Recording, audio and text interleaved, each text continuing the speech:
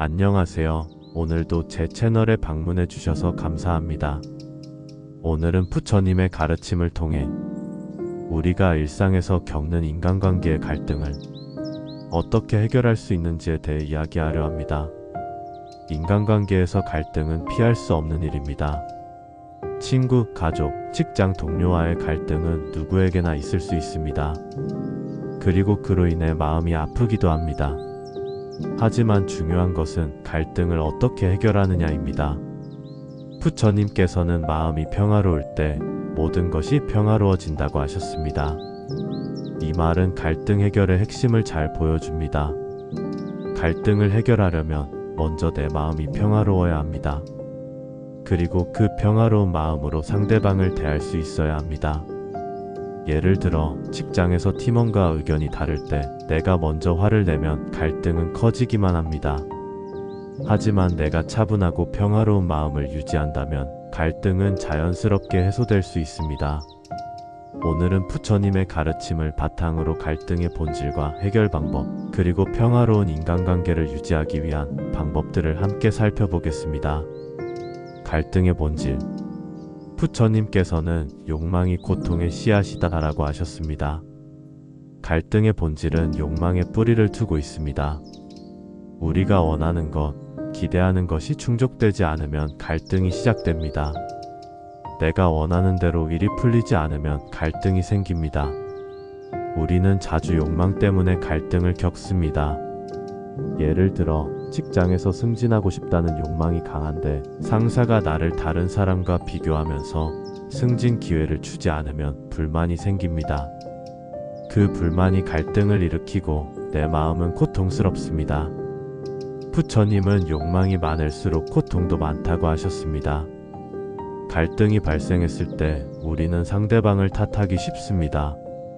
하지만 그 갈등의 근본적인 원인은 내 안에 있는 과도한 욕망이 있다는 점을 깨달아야 합니다. 예를 들어 가족 간의 갈등도 마찬가지입니다. 부모님이 나에게 기대하는 것과 내가 원하는 것이 충돌할 때 불편함과 갈등이 생깁니다.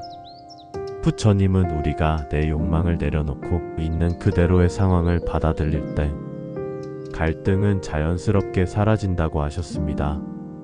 만약 내가 부모님에게 너무 많은 기대를 하지 않았다면 그 갈등은 발생하지 않았을지도 모릅니다. 부처님은 모든 것은 덧없다고 하셨습니다. 갈등도 결국 지나간다는 뜻입니다. 갈등은 일시적입니다. 중요한 것은 갈등을 어떻게 해결하느냐입니다. 내가 욕망을 내려놓고 상황을 있는 그대로 받아들일 때 갈등은 자연스럽게 해결될 수 있습니다. 내 마음을 돌아보기. 부처님께서는 자기 자신을 아는 것이 가장 큰 지혜이다라고 하셨습니다. 갈등을 해결하려면 먼저 나 자신을 알아야 합니다. 갈등이 발생했을 때 우리는 상대방을 비난하지만 그 비난은 내가 내 마음을 돌아보지 않았기 때문에 생깁니다. 부처님은 우리가 내면을 돌아보고 내 마음을 이해할 때 갈등을 해결할 수 있다고 말씀하셨습니다. 예를 들어 내가 친구와 의견 차이로 다툼이 생겼을 때 나는 그 친구가 잘못했다고만 생각할 수 있습니다. 하지만 잠시 멈추고 내 마음을 돌아보면 내가 그 친구에게 너무 많은 기대를 했다는 것을 알게 됩니다. 왜 그 친구는 나에게 이런 행동을 했을까? 라고 생각하기 전에 먼저 내가 무엇을 기대했기 때문에 이 상황이 불편한 걸까? 라고 물어보는 것이 중요합니다. 부처님은 마음이 흔들릴 때 잠시 멈추고 자신을 돌아보라고 하셨습니다. 갈등이 발생했을 때 내 마음이 왜 흔들렸는지, 내가 왜 불편함을 느끼는지 먼저 생각해 보는 것이 중요합니다. 이를 통해 갈등의 근본적인 원인을 찾을 수 있습니다. 우리가 내 마음을 이해하면 갈등이 단지 외부의 원인 때문만이 아니라 내 마음의 상태와도 깊은 연관이 있다는 것을 깨닫게 됩니다. 예를 들어 직장에서 상사와 갈등이 생겼을 때 나는 내가 원했던 결과를 얻지 못했기 때문에 불편함을 느꼈습니다. 그러나 그 불편함이 상사에게 있는 것이 아니라 내가 너무 많은 결과를 기대했기 때문에 발생한 것일 수 있습니다.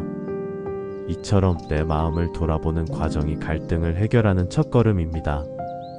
부처님은 자신을 아는 것이 가장 큰 지혜라고 하셨습니다.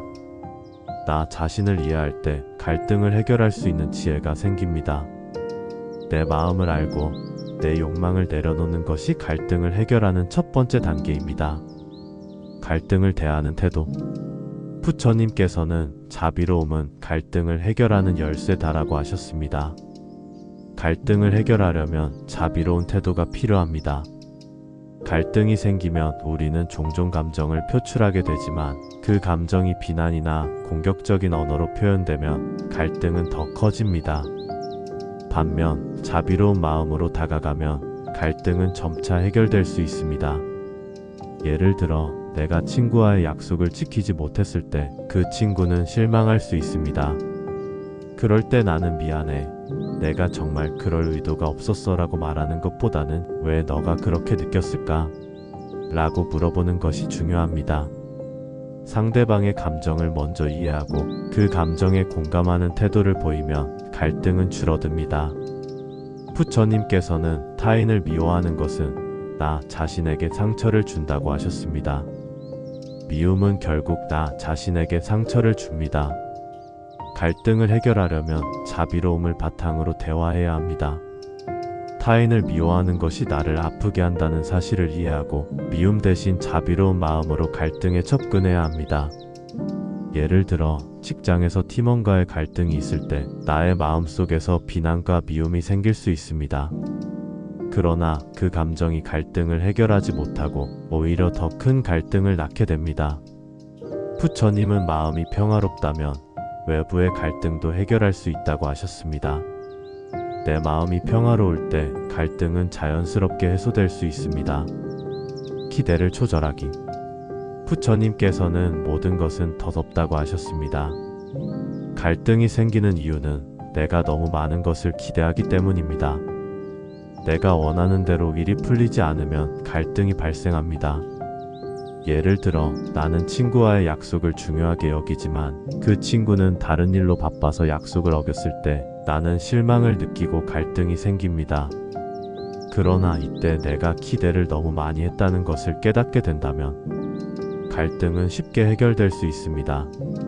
부처님께서는 욕망이 많을수록 고통도 많다고 하셨습니다. 우리가 너무 많은 것을 원할 때 그 원함이 이루어지지 않으면 고통이 따릅니다.